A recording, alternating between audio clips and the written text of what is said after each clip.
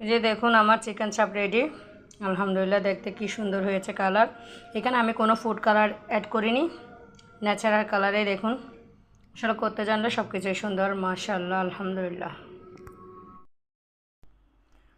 এই যে আসসালামু আলাইকুম আপু ভাইরা, আজকে আমি চিকেন চাপ তৈরি করব, তাই আমি মশলা দিয়ে 30 মিনিট ম্যারিনেট করে রেখেছিলাম। এখন আমি চিকেন চাপটা ভেজে নিব, তাই বেসন মাখিয়ে নিচ্ছি। অনেকে কর্নফ্লাওয়ারও অ্যাড করে। যে আমি এখন ভালোভাবে মেখে নিলাম। এখন আমি তেলে ভেজে নিব। এটা হচ্ছে সাদা, এটা একটা চর্বি থেকে গেছে মেবি। এই চিকেন চাপগুলো আমি ইয়ে করে নিয়েছি। এখন আমি শ্যালো ফ্রাই করে নিব আমি আমার স্টাইলে। অনেকে বলে রেস্টুরেন্টের স্টাইলে, এই স্টাইলে সেই স্টাইলে। আমি আমার স্টাইলে চিকেন চাপটা রেডি করব। এখন আমি চিকেন চাপগুলো ভেজে নিব।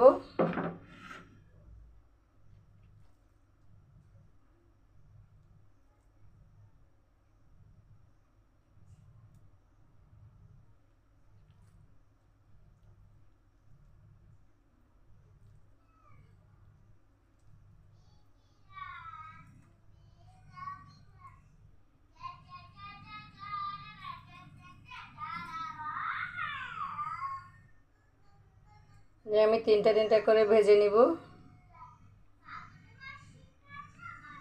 আমি বাবা শিলনোড়া দিয়ে থেতলানি, কিছু দিয়ে থেতলানি, এমনি ইয়া দিয়ে একটু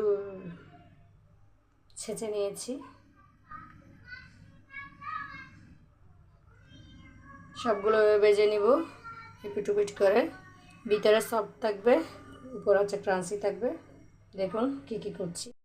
এই যে এভাবেই ভেজে নিচ্ছি আমি চিকেন চাপগুলো। উল্টে দিয়েছে অবশ্য এক পাশ, এখন আরেক পাশ উল্টে দিব